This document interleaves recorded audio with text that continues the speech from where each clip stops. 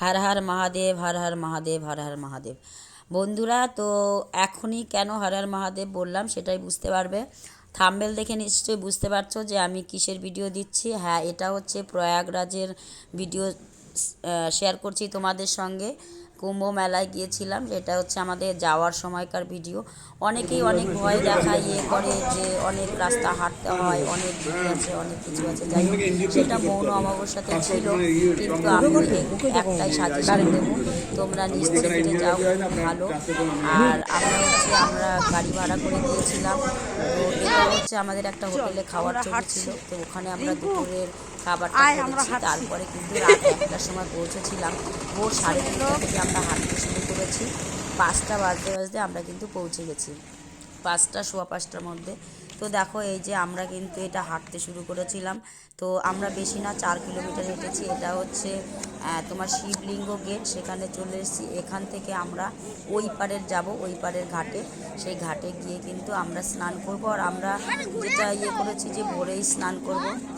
তো আমাদেরকে দেখতে পাচ্ছ যে আমরা সবাই অলরেডি ওখানে কিন্তু ঠান্ডাটা অনেক কমে গেছে। যারা যাবেন, ঠান্ডার জামা কাপড় বেশি একটা নিতে হবে না, কম করেই নিয়ে যাবেন। বল কি কি বলবি বল। আমরা অলরেডি পৌঁছে গেছি।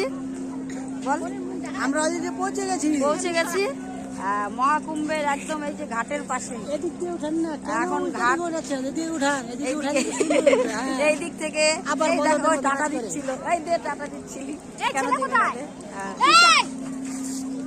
এবার হচ্ছে এই যে পিছন দিকটা দেখাবো, এই যে ঘাট, ওই লাইট জ্বলছে। ভিডিও হচ্ছে কি? হ্যাঁ, আমারও ভিডিও হচ্ছে। অশোক পিছনে আছে বলে। এই যে আমাদের ওইখান থেকে নিন, আমরা ওইখানে আছি। হ্যাঁ,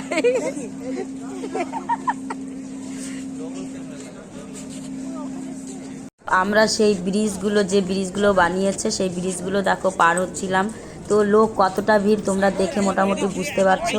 একেবারে ভিড় নেই সেটাও বলবো না, মোটামুটি ভিড় আছে। এই যে পিছনে আমার হাজবেন্ড ছিল, আর এই পাশে আমার ছোট ভাগনা বউ আছে, সবাই আছে, বড় ভাগনা আছে পিছনে, যে ছোট ভাগনা। যাই হোক, দেখো বুঝতেই পারছো আমরা কত আনন্দের সহিত যাচ্ছি। কিন্তু একটু পরেই আমরা স্নান করব।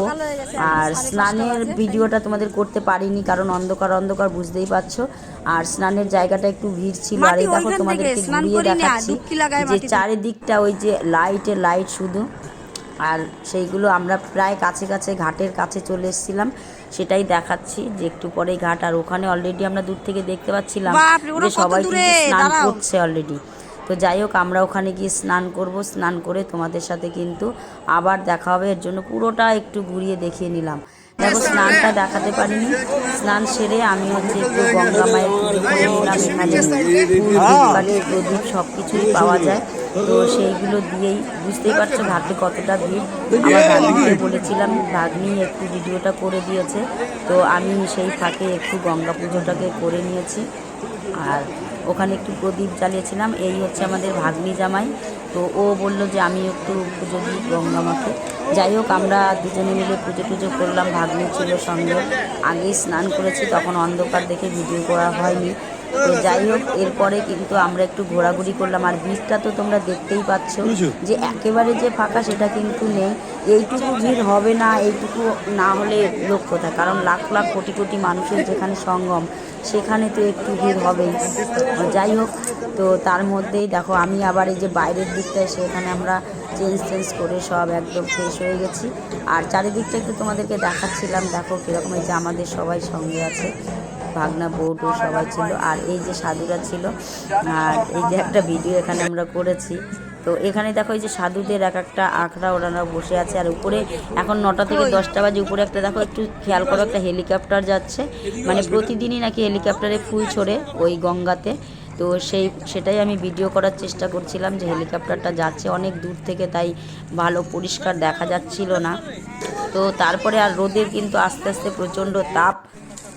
তারপরে যাই হোক, দেখো আমরা অনেকটা ঘুরেছি। ঘোরার পরে 11:30 12টা বাজতে আমরা ওখান থেকে বেরিয়েছি। বুঝতেই পারছো যে কতটা।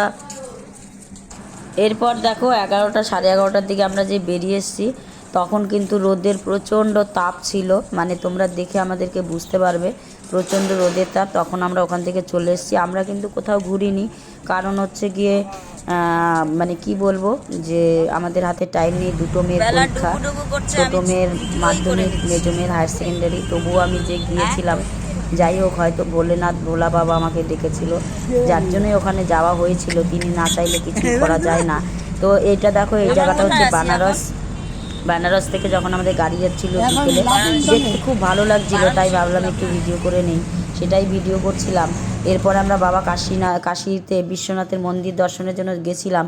দেখো এতটা ভিড়, আমরা ঢুকতে পারিনি, লাইনেও দাঁড়াতে গিয়েছিলাম। তো যাই হোক, ভিডিওটা কেমন লাগলো, ভালো লাগলে অবশ্যই লাইক করো, শেয়ার করো, অন্যকে শেয়ার করে একটু ভিডিওটা দেখার ব্যবস্থা করে দাও, যে ওখানে যাওয়ার কোনো ভয় নেই। সঙ্গমে তোমরা যাও, স্নান করো, আর সত্যি এই দিনটার 144 বছর ছাড়া আর পাবে না। তো তাই সবাইকে বললাম, সবাই প্রয়াগরাজে যাও, স্নান করে আসো, মহাকুম্ভ মেলা দেখে আসো।